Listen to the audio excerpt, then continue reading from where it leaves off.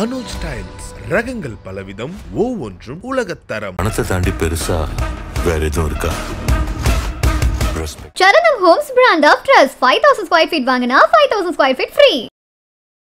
13 நாள் இது முடிஞ்ச உடனே பெங்களூரில் கொண்டு போய் விடுறதுக்கு அவங்க குவார்ட்டர்ஸில் இப்போ குழந்தைங்க கூட உட்காந்துது. பார்த்தா ஐ வாண்ட் மை அப்பா அப்படின்றது எனக்கு வந்து என்ன சொல்கிறது, குழந்தைகிட்ட உடனே ஓடி போய்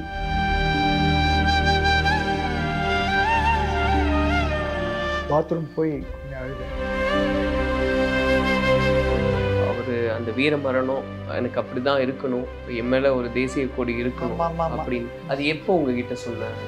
ஜனவரி இது வரைச்சே பொங்கலுக்கு வரைச்சே சொன்னான். 2014 தான் இதெல்லாம் நினைக்கும் போது எல்லாம் கடவுள் எல்லாம் தீர்மானிச்சுட்டு சொல்ல வச்ச மாதிரி தான் அவனை சொல்ல வச்சு. ஆர்மியில் இருக்கிறச்சவே எனக்கு இந்த மாதிரி போனோம்னு சொன்னான், இந்த மாதிரி சாகணும்னு சொன்னான். கடைசியாக ட்ரெயின் என்னை ஸ்டேஷனில் விட்டு சொன்னேன், இப்படி நீ போப்பா, நீ டைம் ஆச்சுன்னு. இல்லைப்பா நான் ட்ரெயினில் தான் போவேன், ஏன்னா அப்புறம் திருப்பி நான் எப்போ பார்க்கன்னு தெரியாது அப்படின்னா. அந்த ஹக் பண்ணான், அந்த ஹக் பண்ணி ட்ரெயின் வந்ததும் காமிச்சிட்டு அவன் போயாச்சு. அதான் இப்போ நான் அது கடைசி இதுவாக இருக்கும்னு நான் நினைக்கவே இல்லை. ஆர்மியில் இருக்கிறச்சே கூட நான் சொல்லியிருக்கேன், உனக்கு தோசையெல்லாம் கிடைக்காதே, வந்துடுறான்னு சொல்லியிருக்கேன். அப்போ அவன் சொல்லுவான், இருக்க இது என்னோட பேஷன், தோசை சாப்பாடெல்லாம் விட்டுட்டு அது போய் இருக்கிறதுங்கிறது என்னோட பேஷன். அது முகுந்து சொல்லிகிட்டே இருப்பான், அன்பே சிவம்னு எப்போவுமே. ஏழுமலைன்னு சொல்லிட்டு ஒரு நாயக் அவர் பேசியிருந்தார். இல்லை அதுதான் அவரே சொல்லுவார், என் மடியில் தான் அவருடைய கையில் தான் கடைசியாக இருந்தாருன்னு. நான் எமோஷனல் ஆகிடுவேன் சார், என்னால் முடியல. இவர் தான் எல்லாம் பார்த்து சொன்னார், பார்ப்பான் ஏழுமலை பற்றி சொன்ன உடனே அது மாத்திரம் பார்த்தேன். அவர் சொன்னார், மடியில் கிடக்கிறார் குடிச்சுண்டு அப்படின்னு படிச்சு அடைப்பாவும். அவர் இப்போ ரிட்டர்ன்ஸ் நீங்கள் ஃபுல் பண்ண போது தான் அவனுக்கு அடிபட்டுனாங்க. இதுக்கப்புறம் தெரியாது, வந்து வெளில காரில் யாரோ வந்தார் விழுந்துட்டாருன்றாங்க. ஸோ எங்களுக்கு தெரியல, ரொம்ப ப்ளீடிங் இருந்தது. நாங்கள் அவர் என்ன சொல்கிறாங்க, ஆம்புலன்ஸ் கொண்டு போகிறதுக்கு முன்னாடியே அவர் இறந்துட்டாருன்னு தான் சொல்கிறாங்க. ஸோ எங்களுக்கு ஒன்றும் தெரியல. இப்போ இந்த ஏழுமலை இவர் சொன்ன அப்புறம் பார்த்தா என்னமா நடந்து இப்போ தான் வெளியில் வருது உண்மைகள்லாம். கலாட்டா வாய்ஸ் நேயர்களுக்கு வணக்கம். நான் சரவண ராம்குமார். இன்று நம்மோட பெருமை மிகு இந்திய இராணுவத்தை சேர்ந்த மேஜர் முகுந்த் வரதராஜன் அவர்களுடைய குடும்பத்தார் இருக்காங்க, பெற்றோர்கள் இருக்காங்க, அவங்கள சந்திக்கலாம். வணக்கம். வணக்கம். ரொம்ப மகிழ்ச்சி உங்களை சந்திக்கிறதுல. நிறைய விஷயங்கள் இன்னைக்கு அந்த பேசிக்கிட்டே இருக்கும். அன்னைக்கும் பேசினாங்க, இன்னைக்கு இன்னும் அதிகமாக பேசுகிறாங்க அமரன் திரைப்படத்திற்கு பிறகு அப்படின்னு. இப்போது அவர் அந்த காலகட்டத்தில் வேலை செய்யும்போது என்ன நடந்தது அப்படின்றது உங்களுக்கே கூட சில சமயம் தெரியாமல் இருந்திருக்கும் இல்லையா, அங்கே என்ன நடந்தது அப்படின்னு. இப்போ அமரன் திரைப்படம் வெளிவந்த பிறகு அந்த திரைப்படத்தை பார்க்கும்போது இதெல்லாம் நடந்ததான்னு ஆச்சரியப்படுறது உண்டா? எதெல்லாம் பார்க்கும்போது அப்படி ஆச்சரியமாக இருக்குது? இல்லை தான் 2 என்கவுண்டர் காட்டுறாங்க இல்லையா, 2013-14 அது. அப்புறம் அந்த அவங்க ட்ரில் மாதிரி காட்டுறாங்க. முதல்ல ஃபஸ்ட்டு பார்த்தீங்கன்னாக்க ஒரு ப்ராக்சி வார் மாதிரி ஃபஸ்ட்டு சீனில் ப்ராங்க் பண்ணுறாங்க. ஆமாம், அந்த மாதிரிலாம் பண்ணுறாங்களான்னு எனக்கு ஆச்சரியமாக இருந்தது. பட் ஒருத்தர் சொன்னார் பண்ணுறாங்க, அந்த மாதிரி ட்ரைனிங் கோர்ஸும் பண்ணுவாங்க அப்படின்னு சொன்னார். பட் ஆனால் என் பையன் அதெல்லாம் சொன்னது கிடையாது. இதெல்லாமே நாங்கள் அந்த இந்தியாஸ் மோஸ்ட் ஃபியர்லெஸ் அந்த புக்கு படித்து தான் தெரிஞ்சிடணும்.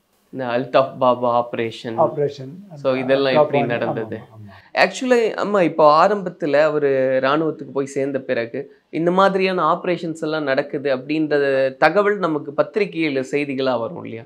அப்போ நீங்கள் கேட்குறது உண்டா, இது என்ன நடந்தது, அது என்ன ஆச்சு அப்படின்றதெல்லாம்? இல்லை அதெல்லாம் கேட்கவே மாட்டோம். ஆர்மியை பற்றி பேசினாலே அவன் பேச மாட்டான். வீட்டிலெல்லாம் வீட்டிலெல்லாம் இது டிஸ்கஷனே பண்ண மாட்டான். நான் அதை மறக்கிறதுக்கு தானே இங்கே வந்திருக்கேன் அப்படின்னு சொல்லுவான். இல்லைம்மா, அங்கே இருக்கும்போது நான் கேட்குறது, இப்போ நீங்கள் அவர் போய் இராணுவத்தில் சேர்ந்த உடனேயே சில ஆப்ரேஷன்ஸ் அதெல்லாம் அந்த பயிற்சிக்கு பிறகு நடக்கும். நீங்கள் காலப்போக்கில் தான் அவர் வேண்டாமா அதை பற்றி பேச வேண்டாம்னு சொல்லியிருப்போம். ஆரம்பத்தில் ஒரு பதட்டம் இருக்கும் இல்லையா, என்னவா இருந்தாலும். அப்போ நீங்கள் கேட்குறது உண்டா, அப்போ பேசியிருக்காரு அதை பற்றி? இல்லை அதெல்லாம் கேட்கறதே கிடையாது. இது 2012 தான் இது காஷ்மீர் போஸ்டிங். ஸோ 2011-12 லெபனானில் இருந்தார். அதுக்கு முன்னாடி ஜம்முவில் இருந்திருக்காரு கொஞ்ச நாளைக்கு. அப்புறம் மிலிட்ரி ஹெட் குவார்ட்டர்ஸ் மாவ் இண்டோரில் அங்கே இருந்திருக்காரு. பீஸ் ஏரியா தான், அப்போ அதெல்லாம் பீஸ் ஏரியா தான். பட் காஷ்மீரில் வந்தப்பறம் தான் இந்த 44RR வந்தப்பறம் தான் இந்த ப்ராப்ளம்லாம். பட் ஒன்றும் சொன்னது கிடையாது, எங்களுக்கு கஷ்டம்னே சொன்னது கிடையாது. எல்லாத்தையும் சமாளிப்பான். இந்த 2013 இதுவே எங்களுக்கு தெரியாது. இந்த புக்கு பார்த்தப்பறம் தான் எங்களுக்கு தெரிஞ்சது. அதுக்கப்புறம் தான் இதெல்லாம் தெரியும். அதுதான் தெரியுது. ஏதோ ஃபோட்டோ ஏதோ காமிச்சான்னு நினைக்கிறேன், அவன் தங்கைக்கு என்னமோ அனுப்பிச்சிருப்பானோ அக்காவுக்கு. பட் எங்களுக்கு ஒன்றும் தெரியாது விஷயமே. இந்த இது இறந்த அப்புறம் இந்த புக்கிலேருந்து தான் நாங்கள் எல்லாம் படித்தோம். இன்னைக்கு அவரை பற்றி பேசும்போது, அந்த திரைப்படத்தை பார்க்கும்போது, படிக்கும்போது கேட்குற செய்திகள் அப்படின்றதெல்லாம் தேசபக்தியை அதிகப்படுத்துகிற மாதிரி தான் இருக்குது எல்லாமே. ஏன்னா ஏற்கனவே இருக்கக்கூடிய தேசபக்தி இன்னும் எழுச்சியாக இருக்கிற மாதிரி. சின்ன பையனாக இருக்கும்போது முகுந்த் அவர்களுக்கு இருந்த அந்த தேசப்பற்று எப்படி இருந்தது?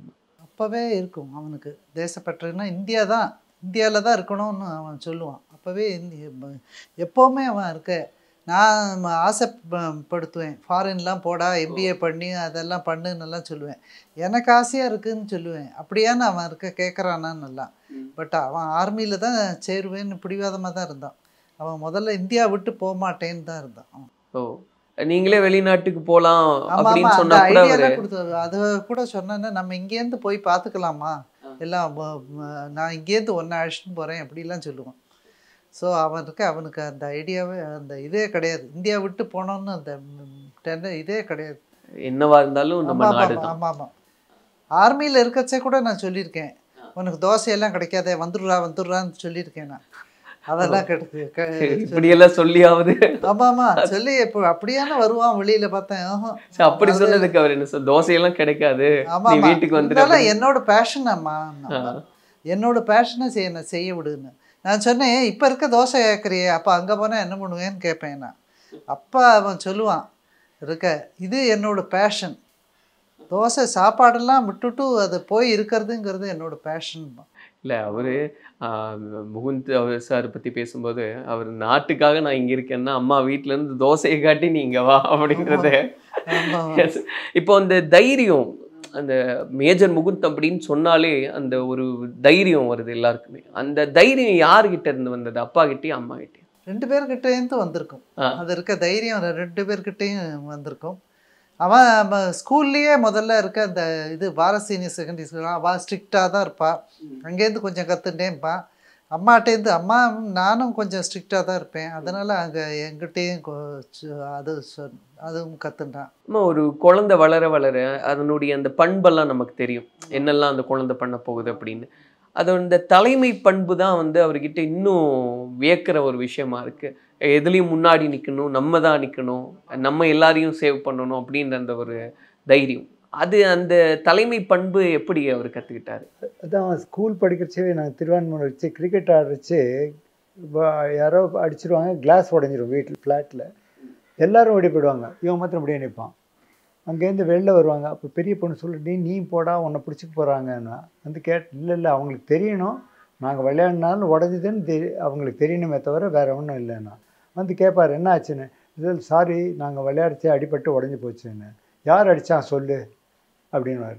இல்லை நாங்கள் விளையாடிச்சே அடித்து உடஞ்சிதுன்னு. உடனே அவனை ஆஷின்னு எங்கள் வீட்டுக்கு வருவார். உங்கள் புள்ளையே ஒத்துன்ட்டான், நீங்கள் அந்த கிளாஸ் மாற்றி கொடுங்க, 70 ரூபாய் கொடுங்க, அந்த மாதிரி பணம் வாங்கிட்டு போயிடுவார் அவர். அந்த மாதிரி யாரையும் காமிச்சு இல்லை, இந்த பொறுப்பு. ஆமாம், நம்ம தான் பொறுப்பு. ஒரு தவறு செஞ்சாலும் அது நான் தான். ரொம்ப கூட்டமாக தானே பண்ணோம். அதனால யாரையும் பழி வாங்க, யாரையும் காமிக்கக்கூடாது. அந்த ஒரு இவ அக்கா சொல்லுவா, என்ன ஏன்டா நீ சொல்ல வேண்டியதானே, பேர் 6 கிரிக்கெட் அடித்தான்னு இவளுக்கு தெரியும், இவ பார்த்துட்டு இருக்கா இல்லையா, அவள் தெரியும். அப்போ இவ அடித்தான்னு சொல்ல வேண்டியதானே, என் ஃப்ரெண்ட்ஸை காட்டி கொடுக்குறவா அடி அப்படின்பா. என் ஃப்ரெண்ட்ஸை ஆமாம்மா, அப்போவே ஃப்ரெண்ட்ஸை காட்டி கொடுக்கக்கூடாதுன்னு சொல்லுவாங்க. ஓகே, இந்த மாதிரியான பண்புகள் தான் இந்த கடைசி ஆப்ரேஷன் அப்போ கூட அந்த விக்ரம மீட்கும் போது இந்த குவாலிட்டி அங்கேயும் இந்த சின்ன வயசுலயே தெரியும்னு சொல்றது மாதிரி. என்னென்ன ஸ்கில்ஸ் எல்லாம் இருந்தது சார் அவருக்கு? நீச்சல் அடிக்க தெரியும், நீங்க அந்த மாதிரி எதுல எல்லாம் கில்லாடியா இருந்தது? டேபிள் டென்னிஸ், கிரிக்கெட்டு, வாலிபால் ஆடுவான், பாஸ்கெட் பால், எல்லாமே ஆடுவான். ஸ்விம்மிங் ரொம்ப நல்லா பண்ணுவான். சீலெல்லாம் கூட போய் பண்ணியிருக்கான் ஸ்விம்மிங். ஆனால் ஒரு காலத்தில் மேலே தண்ணி விட்டா திணறுவான், அவனே அந்த எல்லாம் மாறிட்டான். ஈவன் எல்லா பேரையும் எல்லோரும் என்கரேஜ் பண்ணுவான். இப்போ கூட கேரளா போலீஸில் ஒரு ஃப்ரெண்டு, அவருக்கு ஏதோ கஷ்டம்னா டே இல்லை உன்னால் முடியும்னு அவனை என்கரேஜ் பண்ணி அவன் மாட்டேறானோன்னு இங்கே வந்து அழுதுருக்காரு அந்த போலீஸே. ஐயோ நான் மிஸ் பண்ணுறேன் என் ஃப்ரெண்டுன்னு. ஸோ அந்த மாதிரி ஹெல்ப் த ஃப்ரெண்ட்ஸ். ரொம்ப சந்தோஷம் அவனுக்கு. யாருக்கும் அதுக்கு எதிர்பார்க்க மாட்டான். இப்போ நம்மளாம் ஏதாவது ஒரு ஹெல்ப் பண்ணோன்னா சரி நாளைக்கு பார்த்தா ஹலோன்னா சொல்லுவான்னு எதிர்பார்ப்போம், அது கூட சொல்ல மாட்டாங்க. அவன் அதை எதிரே பார்க்க மாட்டான். அவன் எங்கள் உறவுக்காரலாம் சொல்லுவான், நீ என்னடா அது இந்த WWFன்னு ஏதோ பார்ப்பான் இந்த டிவியில், என்ன இவன்லாம் சரியில்லைன்னுவான். அவன் அதை கேட்டுக்கவே மாட்டான், ஒன்றும் சண்டையும் போட மாட்டான். அவங்களுக்கு பிடிக்கலையா சரி ஆஃப் பண்ணிட்டு போயிடுவான், அவ்வளோதான். யாரோடையும் அது முரண்பாடாக பேசவே மாட்டான். பெரிய அளவில் யாரு கூடயும் கோச்சிக்கிறது அந்த மாதிரி எல்லாம் இல்லை இல்லை இல்லை. அந்த போலீஸ், கேரளா போலீஸில் இருக்கார். அவனை போய் இவன் அங்கே போர்ச்செல்லாம் போய் என்கரேஜ் பண்ணுவான். அவன் ரொம்ப அவன் கூட கிரிக்கெட் ஆடுற ஆள் தான், படிக்கலை, பட் ரொம்ப என்கரேஜ் பண்ணுவான் அவன். அப்புறம் எங்களுக்கு தெரியாது இந்த மாதிரி. அவன் இறந்து போன அப்புறம் எங்கள் வீட்டுக்கு வந்தான். வந்துட்டு அவன் அழறத பார்த்தா எனக்கு ரொம்ப தாங்க முடியல. என்னப்பான்னு, நான் மிஸ் பண்ணுறேன் சார், என்னை ரொம்ப கைட் பண்ணான் உங்கள் புள்ள, நான் இன்றைக்கி இருக்கேன்னா போலீஸில் இருக்கேன்னா உங்கள் புள்ள தான் அப்படின்னு. அந்த மாதிரி ஃப்ரெண்ட்ஸ் எல்லாம் ரொம்ப என்கரேஜ் பண்ணுவான். ஆக்சுவலாக அவன் கூட படித்த பையனுக்கும் இவனுக்கும் மேத்ஸ் சொல்லி கொடுப்பேன் டியூஷன். அந்த பையன் நல்லா மார்க் வாங்கினான். இவன் போகிறோம் 60-70 போகிறோன்னு இவன் நிறுத்தி விடுவான். அதோட அவன் ஃப்ரெண்ட்ஸ் எல்லாம் வந்து எல்லாரையும் கூப்பிடுவான், எல்லாரையும் கூப்பிட்டு என்கரேஜ் பண்ணுவான். எதுவாக இருந்தாலும் இதுவே கிடையாது, எல்லாத்துலயுமே ஒரு சுட்டித்தனம் தான். ஆமாம். ரொம்ப குறும்பு அதிகமா ஒரு சின்ன வயசுல இல்ல சின்ன எதுக்கு வயசுல சொன்னாலும் சின்ன வயசுல நிறைய கம்ப்ளைண்ட் வந்துட்டு இருக்கும். ஃப்ளாட்லேருந்து உங்கள் பையன் அப்படி பண்ணுறான், அந்த இதெல்லாம் இந்த ஹவுசிங் போர்டு இந்த இது ஃப்ளாட் அது, ஸோ அந்த இதெல்லாம் தொங்க விட்டுருப்ப, ஸோ அதெல்லாம் ஏரி எல்லாம் பண்ணுறான் உங்கள் பையனால தான் மாடியில் அதை பிடிச்சி இந்த ஏரி எல்லாம் பண்ணுவான். அந்த இது பைப் லைன் பிடிச்சி. ஆமாம், பைப் லைன் இல்லை, அவள் வந்து இந்த ரிப்பேர் பண்ணுறதுக்காக, ஹவுசிங் போர்ட் ஃப்ளாட் இல்லையா, அந்த ரிப்பேர் பண்ணுறதுக்காக அந்த இது ஃபிக்ஸ் பண்ணியிருப்பா இல்லையா, அந்த கயர்லாம் பிடிச்சி, ஆமாம் கயர்லாம் பிடிச்சி அப்போவே ஏறுவான். அப்போ ஏறின உடனே இந்த பசங்களும் போய் பின்னால் ஏறும் இல்லையா, பாய்ஸ் எல்லாம். இப்போ எல்லாருமே ஒருத்தா பண்ணுறச்சே இவளும் ஏறுவா. ஸோ அந்த மாதிரி எல்லாம் இருக்கு. நீங்க சொல்ற எல்லா இன்சிடென்ட்டும் இப்போ ரிலேட் பண்ணிக்க முடியுமா? இப்போ அவர் பார்க்குறோம், எல்லாருமே கொண்டாடுறோம் அப்படிங்கும் போது அந்த விதை அப்படின்றது எப்படி இருந்தது? ஆர்மி தான் போவேன் அப்படின்றது அது அழுத்தமா வர்றதுக்கு என்ன காரணம் தெரியல. எனக்கு தான் சொல்றேனே, என்னால் இப்போ எதுவுமே நம்ப முடியல. முதல்ல ஆர்மி போனோன்னா சின்ன வயசில், அப்புறம் சபரிமலைக்கு போயிட்டு குருசாமி ஆனோன்னா, திருப்பி ஆர்மி போனோன்னா, எல்லாமே இதுக்கோசம்தான் அவன் பிறந்ததாம எனக்கு தோன்றுறது. ஏன்னா சேனா மெடல் ஒரு மிராக்கிள் டெஃபினட்டாக இது ஏதோ கடவுளோட கிரியேஷன் மாதிரி தான் எனக்கு தோன்றுறது. அதுக்கோசம் வந்துட்டு போயிட்டான் மாதிரி இருக்கு, தெரியல. அது இன்னைக்கு வரைக்கும் உங்களுக்கே அதுக்கு விட தெரியல. ஆச்சரியமா இருக்கு. ஏன்னா ஒரு குழந்தை பிறந்து வளர்ந்து சாதிச்சு நாட்டுக்கு பெருமை சேர்த்தி, ஆனால் இன்றைக்கும் அது வந்து விட தெரியலன்னா அது ஒரு பெரிய மிராக்கிளாக தான் இருக்கு. அம்மா இந்த திரைப்படத்திலேயே ஜெய் பஜ்ரங்கபள்ளி அப்படின்னு, ஏன்னா வெற்றிவேல் வீரவேல் அப்படின்ற முழக்கங்கள்லாம் இராணுவத்தில் உண்டு. இதுக்கும் மேஜர் முகுந்துடைய பக்திக்கும் சம்மந்தம் உண்டு. அது இருக்கலாம், ஏன்னா அவனுக்கு ஆஞ்சநேயர் இது இருக்கு, அவன் ஆஞ்சநேயர் பக்தி தான் சின்ன வயசுலேருந்தே. ஆமாம், ஆஞ்சநேயர்லாம் சின்ன வயசுலேருந்து இல்லை, ஒரு வயசுக்கு அப்புறம் எல்லாம் ஜம்மு காஷ்மீர்லாம் போகிறச்சே அவனுக்கு நான் புக்கு கொடுத்து அனுப்பேன். ஹனுமான் சாலீஸா படிப்பான் அவன். ஹனுமான் சாலீஸா படிக்கிறதுனால அப்புறம் அவன் ஃபஸ்ட்டு சொன்னது என்கிட்ட வந்து 22 ராஜ்புட் வந்து அந்த இப்போ ஏதோ எது அவளோட லோகோவோ ஏதோ இது அது இருந்தது, ஆஞ்சநேயரோட ஸ்லோகனும் இருக்கும், அதுக்கான ஒரு அடையாளம் சின்னம். ஆமாம் ஆமாம். ஸோ அது இருந்தது. அவன் ரொம்ப சந்தோஷப்பட்டான் அப்போ இருக்க. ஸோ அது வந்து ஏற்கனவே அவருக்கு அது பழக்கம் வழிபடுறது. ஆமாம் ஆமாம், அதெல்லாம் ஒவ்வொரு பட்டாலியனும் ஒன்று சொல்லுவாங்க, ஜெய் பஜ்ரங்கபலி ஒவ்வொருத்தரும் அந்த மாதிரி சொல்றாங்க. எஸ் இருக்கு. நம்ம இந்த ஏர் ஷோ நடந்தது சென்னையில், அதுல கூட அந்த முழக்கங்கள்லாம் இருந்தது. அப்போ அதை பத்தி விளக்கம் கொடுத்தாங்க. இது காலங்காலமா இந்திய இராணுவத்தில் இருக்கிற ஒண்ணுதான், அது பெருமை தான், அது ஒரு தைரியத்துக்காக சொல்லக்கூடிய ஒரு ஸ்லோகனா இருக்கு அப்படின்னு. இப்போ இதெல்லாம் கடந்து இந்த இராணுவத்தில் இருந்த சமயம் அப்படிங்கும்போது அந்த கடைசி ஆப்ரேஷன் பற்றி இப்போ தான் நீங்கள் சொன்னீங்க தெரிய வருதுன்னு. சமீபத்தில் இராணுவப்பேட்டையில் ஒரு நேர்காணல் எடுத்திருந்தேன் நானே. அதில் பேசியிருந்தவர் ஏழுமலைன்னு சொல்லிட்டு ஒரு நாயக் அவர் பேசியிருந்தார். அப்போ அவர் தான் பேசும்போது சொன்னார், கடைசி 15 நிமிடம் நாங்கள் ஒரு குறிப்பிட்ட தூரத்துலேருந்து பார்க்குறோம், அவர் சரிஞ்சு விழுகிறத நாங்கள் கண்கூட பார்க்குறோம். ஆனால் புகை மண்டலமாக இருக்குது, என்ன நடக்குதுன்னு தெரியாது. ஒரு 15 நிமிஷம் ஆகுது நாங்கள் போய் ட்ராவல் ஆகி அவரை மீட்கறதுக்கு. அது சாதாரண விஷயம் இல்லை, ஏன்னா தொடர்ச்சியாக அந்த சண்டை நடந்துக்கிட்டே இருக்குது, இதுக்கு இடைப்பட்ட நேரத்தில் போக முடியலன்னு. இந்த செய்திகள்லாம் இப்போ தான் நீங்களும் கேட்குறீங்களே, என்ன நடந்தது, எங்கே நடந்தது, எப்படி நடந்தது அப்படின்றதெல்லாம். இதெல்லாம் கேட்கும்போது இன்னைக்கு என்ன தோன்றது உண்டு? இல்லை அதுதான் அவரே சொல்லுவார், என் மடியில் தான் அவருடைய கையில தான் கடைசியா அவரை பார்க்கணும் போல தான் இருக்கு எனக்கு. கஷ்டமா இருக்கு. ஏழுமலையை பார்க்கணும்னு தான். ஒரு முறை உங்களை சந்திச்சதா அவர் சொன்னார் என்கிட்ட. ஆமா ஆமா, அப்ப இருக்க அப்பெல்லாம் எங்களுக்கு அவ்வளவு எல்லாரும் வந்துட்டு இருந்தா இல்லையா. ஸோ எனக்கு இருக்க அப்போ இருக்க தெரியல எனக்கு. அப்பெல்லாம் எல்லாரும் வீட்டுக்கு வந்துட்டு இருந்தா என்ன நடக்கிறது எது நடக்கிறதுன்னு அப்போ இருக்க இல்லை. இப்போ ஆசையா இருக்கு அவரை பார்க்கணும்னு. நான் அவர் இன்டர்வியூ பார்த்தோம், ரொம்ப ஆமா ஆமா இருந்தது. அவர் இப்போ நெகிழ்வா இருந்தது, ரொம்ப நெகிழ்வா இருக்கு. ராணுவப்பேட்டையில போய் நேர்காணல் நடத்தி நானும் அந்த கேள்வி கேட்டேன், ஏன் 15 நிமிஷத்துல உங்களால அவ்வளோ டிலே போயிருக்கலாம் என்ன? இல்ல அந்த சூழ்நிலை அப்படி இல்லை, நம்ம ஈஸியா சொல்லிடலாம். ஆமா ஆமா ஆனா நீங்க தான் இன்டர்வியூ ஆமா அங்க நம்ம போய் ராணுவப்பேட்டை வீடியோ நீங்க தான் வரீங்க. அந்த பேட்டி எடுக்கும்போது அவர்கிட்ட கேட்டோம், அந்த கேள்வியை வச்சோம். ஏன்னா 15 நிமிஷம் ஏன் நீங்க உடனடியாவே ரியாக்ட் பண்ணலாம்லன்னப்போ ஆக்சுவலா இவங்க ஸ்டேபிளா இருக்காங்க இல்லையா, அதே மாதிரி மேஜர் முகுந்துக்கும் ஒரு கமெண்ட் கொடுக்குறாங்க, வேண்டாம் இப்போ மூவ் பண்ண வேண்டாம், ஏன்னா விக்ரம் மீட்கருக்கு போகணும்னு இவர் சொல்லும்போது இல்லை ஸ்டே பண்ணுங்க ஃபயரிங்காக இருக்குது அப்படின்னு சொன்னதாகவும், இல்லை நான் தான் படி அப்படின்றதுனால போகணும் அப்படின்னு சொல்லி அவர் முன் வந்தார். ஆனால் இந்த மாதிரி என்னென்ன செய்திகள் இப்போ நீங்கள் கேட்குறது உண்டு சார்? இல்லை ஆக்சுவலாக அப்போ அந்த படி சோல்ஜர்ஸ் விக்ரம் சிங்கை புல் பண்ண போது தான் அவனுக்கு அடிபட்டதுனாங்க. அதுக்கப்புறம் தெரியாது, வந்து வெளில காரில் யாரோ வந்தார் விழுந்துட்டாருன்றாங்க. ஸோ எங்களுக்கு தெரியல, ரொம்ப ப்ளீடிங் இருந்தது. நாங்கள் அவர் என்ன சொல்கிறாங்க, ஆம்புலன்ஸில் கொண்டு போகிறதுக்கு முன்னாடியே அவர் இறந்துட்டாருன்னு தான் சொல்கிறாங்க. ஸோ எங்களுக்கு ஒன்றும் தெரியல. இப்போ இந்த ஏழுமலை இவர் சொன்னப்புறம் பார்த்தா என்னமா நடந்து இப்போ தான் வெளியில் வருது உண்மைகள்லாம். இல்லை அதுதான் அவர் சொன்ன ஸ்டேட்மெண்ட் வந்து நான் பார்க்கும்போது அவருக்கு ஓரளவுக்கு நினைவு இருந்தது. உடனே ஆம்புலன்ஸ்லாம் அங்கே இருக்கிற பெட்ஷீட் இதெல்லாமே வச்சு அவரை உடனே ஒரு ஸ்ட்ரக்சர் ரெடி பண்ணி அடுத்த நாள் தான் எங்களுக்கே தெரிய வந்தது. இறந்ததே தெரியல. அவர் சொல்லும்போது தான் நாங்கள் யூனிஃபார்ம்ல அழுக முடியாது, ஆனால் அதுக்கப்புறம் நாங்கள் ரூம்குள்ளே போய் பட்ட சிரமன்றது எங்களுக்கு தெரியும். ஆனால் இந்த மாதிரி இப்போ அவரை பற்றி அங்கே ஒன்றும் இங்கே ஒன்றுமாக எல்லாம் அன்னைக்கான, ஏன்னா இத்தனை ஆண்டுகள் கடந்து இன்னைக்கு இத்தனை செய்திகள் திரும்ப இதெல்லாம் கேட்கும்போது உங்கள் வீட்டுக்குள்ளே நீங்கள் என்னெல்லாம் பேசிக்கிறது? நான் எமோஷனல் ஆகிடுவேன் சார், என்னால் முடியல. இவதான் எல்லாம் பார்த்து சொன்னார், ஏழுமலை பற்றி சொன்ன உடனே அது மாத்திரம் பார்த்தேன். அவர் சொன்னார் மடியில் கிடக்கிறார் துடிச்சுண்டு அப்படின்லாம் சொல்லிச்சு.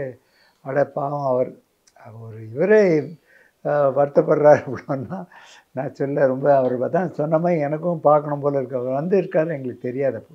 ஏன்னா இப்போ ஆர்மி ஏர்ஃபோர்ஸ் எல்லாரும் வந்தாங்க, எல்லாரும் வந்திருப்போம். இந்த மாதிரி ஒரு வீர மரணம், அதன் பிறகு ஒரு ஆஸ்வாசம் அடைஞ்சதுக்கு அப்புறமோ இல்லை ஒரு குறிப்பிட்ட காலத்துக்கு அப்புறமோ என்ன நடந்தது அப்படின்னு ஒரு அப்பா அம்மாவுக்கு கேட்க தோணும் இல்லையா. நான் அதனால அந்த கேள்வியை வச்சேன், அவங்கள பார்க்கறதுக்கு சந்தர்ப்பம் கிடைச்சதான்னு. ஒரு முறை நான் பார்த்தேன், இதை பற்றி பெரிய அளவில் பேசிக்க முடியல அப்படின்ற மாதிரி சொன்னார். இல்லை தான் ஒரு ஜேசிஓ வந்தார் 44 hours இந்து பென்ஷனுக்கெலாம் வந்தார். அவர் கேட்டால் அவர் வந்து இதுவாக உயர்வாக தான் சொன்னார், முகுந்த் நல்லா தான் சார் பண்ணியிருக்காரு அப்படின்னு. அவருக்கு தெரியாதா தெரியல, ஒருவேளை நாங்கள் வருத்தப்பட போகிறோம்னு சொல்லலையான்னு எங்களுக்கு தெரியல. அவர் வந்து கொஞ்ச நாள் எங்கள் கூட ரொம்ப இப்போவும் திடீர்னு ஃபோன் பண்ணார், மெசேஜ் அனுப்பிச்சார், நான் அந்த சினிமா பார்த்தேன் அப்படின்னு சொல்லி அவரும் மெசேஜ் அனுப்பிச்சார். அவருடைய வாழ்க்கைன்னு பேசும்போது சின்ன வயசு இராணுவம் இதெல்லாம் இந்த காதலிக்கிறேன் அப்படின்றத வந்து உங்ககிட்ட வெளிப்படையாக சொன்னாரா அவர், இல்லை எப்படி தயங்கி சொன்னார்? இல்லை அவர் தயங்கலை, நான் கண்டுபிடிச்சிட்டேன். ஓகே, என்ன 2 பேரும் ரொம்ப க்ளோஸாக இருக்காங்களேன்னு. என்னடா அப்படின்னு, அப்பா நாங்கள் ஆசைப்படுறோம் லவ் பண்ணுறோம் அப்படின்னாரு. நான் சொன்னேன் பார்த்துக்கோப்பா, நம்ம ரிலேஷன்ஸ்லாம் நம்மளுக்கு ப்ராப்ளம் வேண்டான்னு சொல்லுவாங்கன்னு. அப்பா அம்மா ஒத்துண்டா போகிறோன்னு. அப்புறம் அம்மாவையும் கன்வின்ஸ் பண்ணிட்டாரு. நானும் சொன்னேன் குழந்தை ஆசைப்படுறதுமா விட்டுரு பரவாயில்ல அப்படின்னு. அவளும் அப்புறம் பரவாயில்லன்னு மாறிட்டோம் நாங்கள். சரி நம்ம குழந்தையோட சந்தோஷம்தான் முக்கியம், அதனால பரவாயில்லன்னு கல்யாணம் பண்ணி வச்சுட்டோம். அப்போ இருந்து நீங்களும் பேசுறது பழகிறது? இல்லை அவ எப்போவுமே பேசிட்டு இருப்போம், அது ஃப்ரெண்டாக இருந்தது. ஆனால் இந்த மாதிரி தெரிஞ்சதுக்கு அப்புறம் ஏதாவது ஒரு அதெல்லாம் இல்லை. எங்கள் வீட்டுக்கு வருவாவ, அதான் சொல்கிறேன்னு. ஒரு வாட்டி அவன் இந்து வரிச்சு ஏதோ கேம் ஏதோ விளையாண்டுப்பான்னு நினைக்கிறேன் லேப்டாப்பில். என்னடா அம்மா கேட்பா, என்னடா உட்காந்துருக்கா நீ பாட்டு விளையாண்டுருக்கேன். அவள் இருக்கட்டும், அவளுக்கு நான் இருக்கணும் அவ்வளோதான் அப்படின்வான். அப்புறம் நான் அவளை கொண்டு போய் ஸ்டேஷன் விட்றேன்னா, அப்பா அவள் வந்திருக்கா, அவளே போவா, நீ எல்லாம் கஷ்டப்படக்கூடாது, அவள் எங்களோட இது நாங்கள் தான் பண்ணோம் அப்படின்னு சொல்லுவான். அவளும் அவன் சொன்னதை கேட்டுன்னு அவளே போவாள், நடந்து போயோ ஆட்டோவில் போவாள். அவங்களுக்குள்ள ஒரு அண்டர்ஸ்டாண்டிங் இருந்தது. இல்லை இந்த ஒரு மறைவின் சமயத்திலேயே அதிகபட்சமாக நாங்கள் தெரிஞ்சுக்கிட்டது அப்படின்றது அந்த அச்சமில்லை பாட்டு, அந்த குழந்தைய மடியில் வச்சுட்டு அதை பற்றி சிவகார்த்திகேயன் அவர்கள் பேசும்போது கூட இந்த வீடியோ நான் அப்போவே பார்த்துருக்கேன். ஆனால் இது திரும்ப நானே பண்ணுவேன்றது நானுமே நினச்சி பார்க்கல. என் லைஃப்லேயுமே ஒரு மிராக்கிளாக தான் இருக்குன்ற மாதிரி அவர் பேசியிருந்தார். அந்த வீடியோக்கள்லாம் அப்போவே நீங்கள் பார்த்ததுண்டா? அந்த குழந்தையோட அந்யோன்யம் எப்படி இருந்தது? அதுதான் அது ஆக்சுவலாக அந்த 13 நாள் இது முடிஞ்ச உடனே கொண்டு போய் விட நான் போனேன் பெங்களூரில் கொண்டு போய் விடுறதுக்கு அவங்க குவார்ட்டர்ஸில். இப்போ இந்த குழந்தைங்க கூட உட்காந்துது, தாத்தா ஐ வாண்ட் மை அப்பா அப்படின்றது. எனக்கு என்ன சொல்கிறது, குழந்தைகிட்ட உடனே ஓடி போய்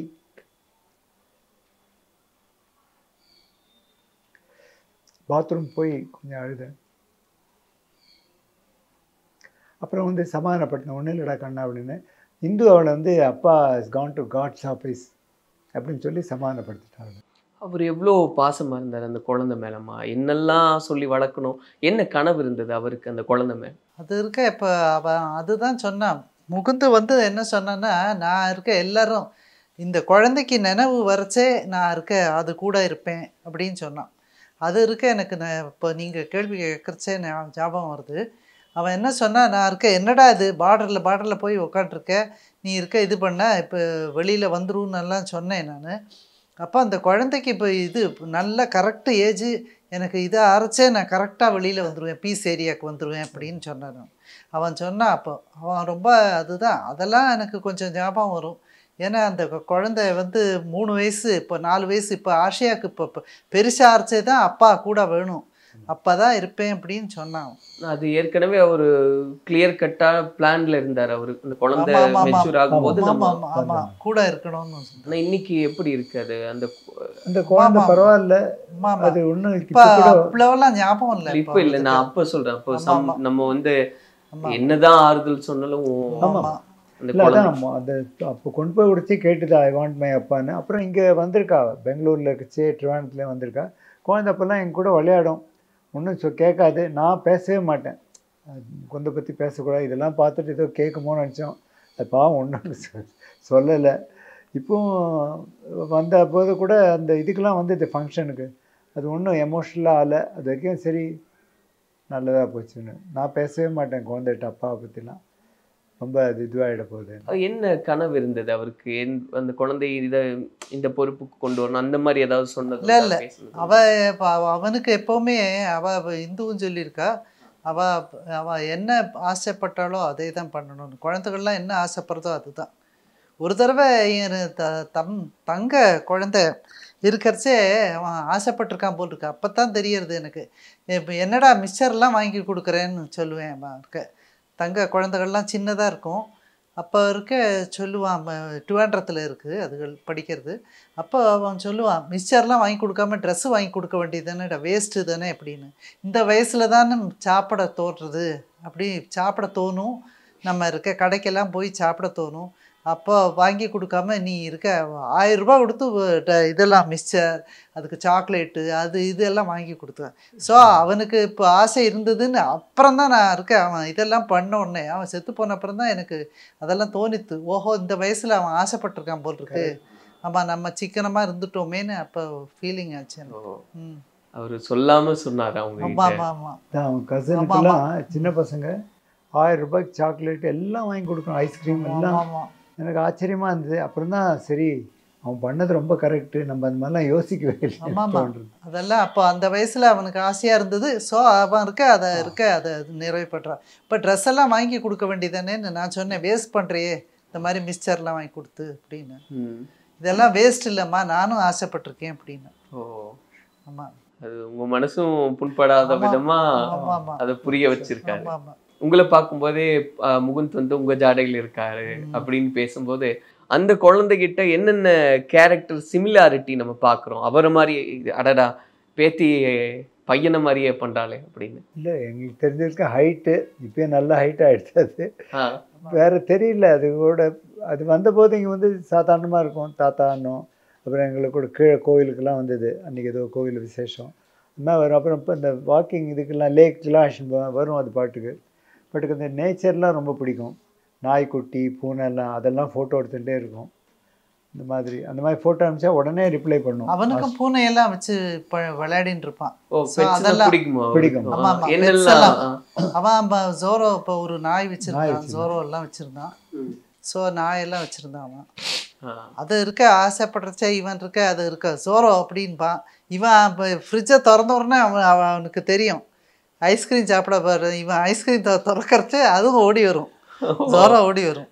ஆமாம், அங்கே பெங்களூரில் இருக்கச்சே அவன் லீவில் வருவான் இல்லையா, அப்போ நாங்கள் போகிறச்சே அவன் இருக்க நீ ஆசைப்படாதேன்னு சொல்லிட்டு உனக்கும் இருக்குது அப்படின்னு சொல்லிட்டு அதட்ட பேசுவான். அவன் அதெல்லாம் ஆசையாக இருப்பான். இல்லை அந்த நாயும் எங்ககிட்ட அவ்வளோ ஆசையாக இருக்கும். ஆமாம் ஆமாம். நான் முதல்ல நாய்னா எங்களுக்கு பயம். பழகாம தைரியமே வந்தது. இப்போ அவரு இந்த வளர வளர நீங்க சொன்ன மாதிரி நிறைய சேட்டை பண்ணுவாரு, நிறைய கம்ப்ளைண்ட்ஸ் வரும் மூஞ்சி பத்தி அப்படின்னு. ஒரு கட்டத்துல அது அந்த பொறுப்பையெல்லாம் உணர்ந்த ஒரு ஸ்டேஜ் வரும் இல்லைங்களா, அந்த குடும்பத்தை பத்தி ஒரு பொறுப்பை நம்ம எடுத்துக்கணும். அது அந்த டிரான்ஸ்ஃபர்மேஷன் எப்போ வந்தது அவர்கிட்ட? அது ஏதாவது நீங்க உணர்ந்ததுல கேட்குறேன். இல்லை அதான் 10th 12th சேஞ்ச். ஆக்சுவலாக 5th இங்கேருந்து நான் ட்ரான்ஸ்ஃபர் ஆகி போச்சு. நான் ஆஷன் போனேன் எங்கள் ஐஓபிக்கு. அங்கே பார் டிபார்ட்மெண்ட் கம்ப்யூட்டர் விங்கில் தான் நான் இருந்தேன். இவன் ஆஷன் போய் காமிச்சேன், எல்லாம் பார்த்தான், எல்லாம் சொன்னேன். அப்புறம் திடீர்னு பவர் போயிடுச்சு. உடனே என் கூட ஒர்க் பண்ண கொலி ஓடினார். ஓடின அப்புறம் திருப்பி பவர் உடனே வந்துடுச்சு. அவர் வந்து வரதராஜன் உங்கள் புள்ள தான் அங்கே நிற்கிறான் யூபிஎஸ் கிட்ட, என்ன பண்ணான் கேளுங்கன்னாரு. என்னடா பண்ணேன்னு, இல்லைப்பா ஆஃப் பண்ணி பார்த்து யூபிஎஸ் ஆஃப் பண்ண உடனே சிஸ்டம்லாம் ஆகிடுச்சு. அப்புறம் அவர் அங்கேயே தான் நின்னார். அப்பவும் அங்கேயே தான் நிற்கிறான், ஓடலை, நான் பண்ணலன்னு சொல்ல. அப்போ நான் அதை ஆஃப் பண்ணி பார்த்தேன்ப்பான்னா. ஆனால் என் ஃப்ரெண்டுக்கு என் மேலே கோபமாக இருக்கும், திட்டலை. சரி குழந்தை தான் விட்டாரோன்னு தெரியாது. ஆனால் அது ஒன்றும் பெரிய இது பிரான்ச்சாக இருந்தால் தான் எங்களுக்கு கஷ்டம். ஹெட் ஆஃபீஸ் ப்ராப்ளம் இல்லை. ஓகே. ஆனால் இப்போ நீங்கள் சொன்னப்போ அம்மா வீட்டில் இருக்கிற எல்லாமே பார்த்துக்குவாங்க, நீங்கள் வேலைன்னு ஓடிக்கிட்டு இருப்பீங்க. இன்னைக்கு இவ்வளோ வருஷம் கழித்து இந்த நாட்களையெல்லாம் யோசிக்கும் போது அடடா நம்ம நேரம் இது பண்ணாமல் விட்டுட்டோமே. ஏன்னா அது ஒவ்வொரு குடும்ப தலைவருக்கும் உண்டான விஷயம் இல்லையா? அது மிஸ் பண்ணுறது உண்டா இன்னைக்கு நினைக்கும் போது? டெஃபினட்டாக. நான் என் பசங்களுக்கு அதான் சொன்னேன். இப்போ வந்து எல்லாம் வந்து இந்த எஸ்பிஐ போச்சு, சாரி எஸ்எஸ்பி போச்சு, என்ன ஆசீர்வாதம் பண்ணுங்க அங்கிள்னா. இப்போ என் குழந்தைகளுக்கு நான் ஒன்றுமே பண்ணல, ஆசீர்வாதம் பண்ணால் பலிக்குமா தெரியாதுன்னு இப்போ தான் ஃபீல் பண்ணுறேன். என் குழந்தைகள்லாம் சப்போர்ட் பண்ணி ஒன்றுமே நான் பண்ணல. ஆஃபீஸ் என்ன பண்ணேன் அப்படியே ஒன்றும் பெரிய அச்சீவ் பண்ணி டாப் லெவலுக்குலாம் போகல. நான் இந்த மாதிரி தான் ஆகிடுத்து. டிசிஷன்லாம் கொஞ்சம் தப்பாக தான் எடுத்திருக்கேன் நான்.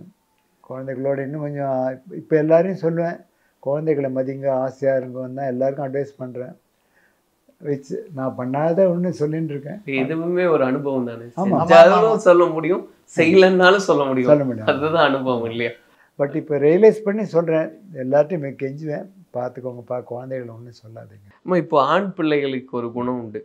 அம்மாக்கள் கிட்ட பேசும்போது நைஸ் பண்ணுறது, அம்மாவை தாஜா பிடிக்கிறது. ஏன்னா அப்பா வேலைன்னு போகும்போது அம்மா கிட்டேயே தான் ஒட்டிக்கிட்டு இருக்கிறது. அப்படி என்னெல்லாம் நைஸ் பண்ணுறது உண்டு உங்களை? அது இருக்க அவ்வளவு, அதுதான் சொல்கிறேன். நைஸ் பண்ணுறச்சே அவனுக்கு தெரியும் ஏதோ காரியம் ஒரு அப்படி பூனை மாதிரி வருது. ஆமாம் இல்லை இப்போ பூனை மாதிரி வருது இல்லை, அவன் இருக்க அப்போ தான் ஸ்வீட்டின்னு கூப்பிடுவான். இவரை காரியம் இவருக்கு ஓகே சொல்லிவிடுவார் எல்லாத்துக்கும். சிலதெல்லாம் தான் நான் தான் ஓகே சொல்ல. ஏன்னா ஒவ்வொரு வீட்டில் அப்பா தான் ரொம்ப ஸ்ட்ரிக்டாக இருப்பாங்க, அம்மா தான் பரவாயில்ல பையன் தானே அப்படின்னு.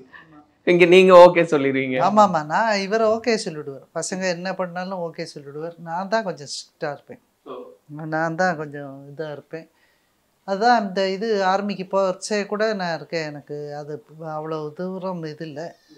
ஸோ வீட்டிலே இருக்கேன்னா சரி இருந்தேன் நான். அப்புறம் எப்படியோ பேசி கன்வின்ஸ் பண்ணலாம் எல்லாம் இருக்கேன். அதுவும் சொன்னான், எஸ்எஸ்பி ஃபஸ்ட்டு சான்ஸில் கிடைக்கலன்னா போக மாட்டேன்னு. சரி வேண்டிக்காதே அம்மா தாயே, வேண்டிக்காத, எஸ்எஸ்பி ஃபஸ்ட்டு இதில் போகிறதுன்னு அப்படி வேண்டின்றாதேன்னு. ஏன்னா அவனுக்கு ஒரு பிலீஃபு, நான் வேண்டின்னு தான் நடக்கும்.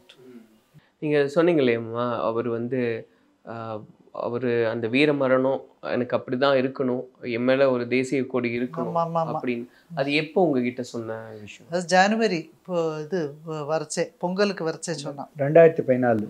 2014.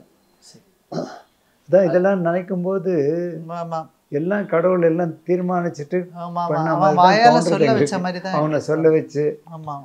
ஆனால் அப்போ என்னன்னு சொல்லியிருந்தாருமா உங்ககிட்ட அதை பற்றி? இல்லை நான் இதில் இப்போ அதாவது இப்போது நான் வேலையில் இருக்கிறச்சவே இப்போ போயிடணும் அப்படின்னு சொன்னான் அவருக்கு. அந்த ஜாபில் இப்போ அதாவது ஆர்மி இதில் இப்போ இருக்கிறச்சவே எனக்கு ஆர்மியில் இருக்கிறச்சவே எனக்கு இந்த மாதிரி போனோன்னு சொன்னான், இந்த மாதிரி சாகணும்னு சொன்னான். ஆனால் யாருமே அப்படி பேசினா ஏற்றுக்க மாட்டாங்க இல்லையா ஒரு அம்மாவா? நீங்கள் என்ன கண்டிச்சிங்களா? இல்லை நான் யாருக்கா சொன்னேன், அபசகுனமாக பேசாதேன்னு சொன்னேன். அது சொன்னேன், இந்த மாதிரி பேசாதேன்னு சொன்னேன்.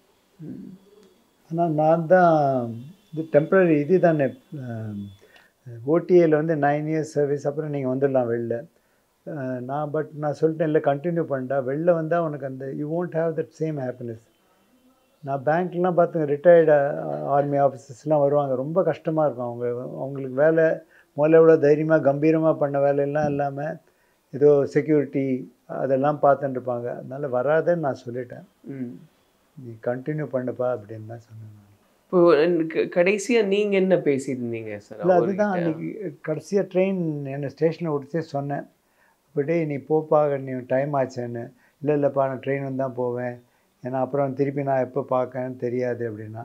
அந்த ஹக் பண்ணான், அந்த ஹக் பண்ணி ட்ரெயின் வந்ததும் காமிச்சிட்டு அவன் போயாச்சு. அதுதான் கடைசி நான் பார்த்தது. அதுக்கு முன்னாடி பொங்கலுக்கு வந்தபோது அம்மா பார்த்துருக்கேன், எங்கள் வீட்டில் பொங்கல்லாம் பண்ணோம், அப்போல்லாம் வந்திருந்தான். அதுக்கப்புறம் நான் கொண்டு போய் விட்டுட்டு வந்தேன். இந்த வீட்டுக்கோசம் கொஞ்சம் இது பவர் ஆஃப் அட்டார்னி வாங்க போயிருந்தேன், எல்லாம் அரேஞ்ச் பண்ணேன். அப்புறம் இது இந்த மாதிரி ஆகிடுச்சு.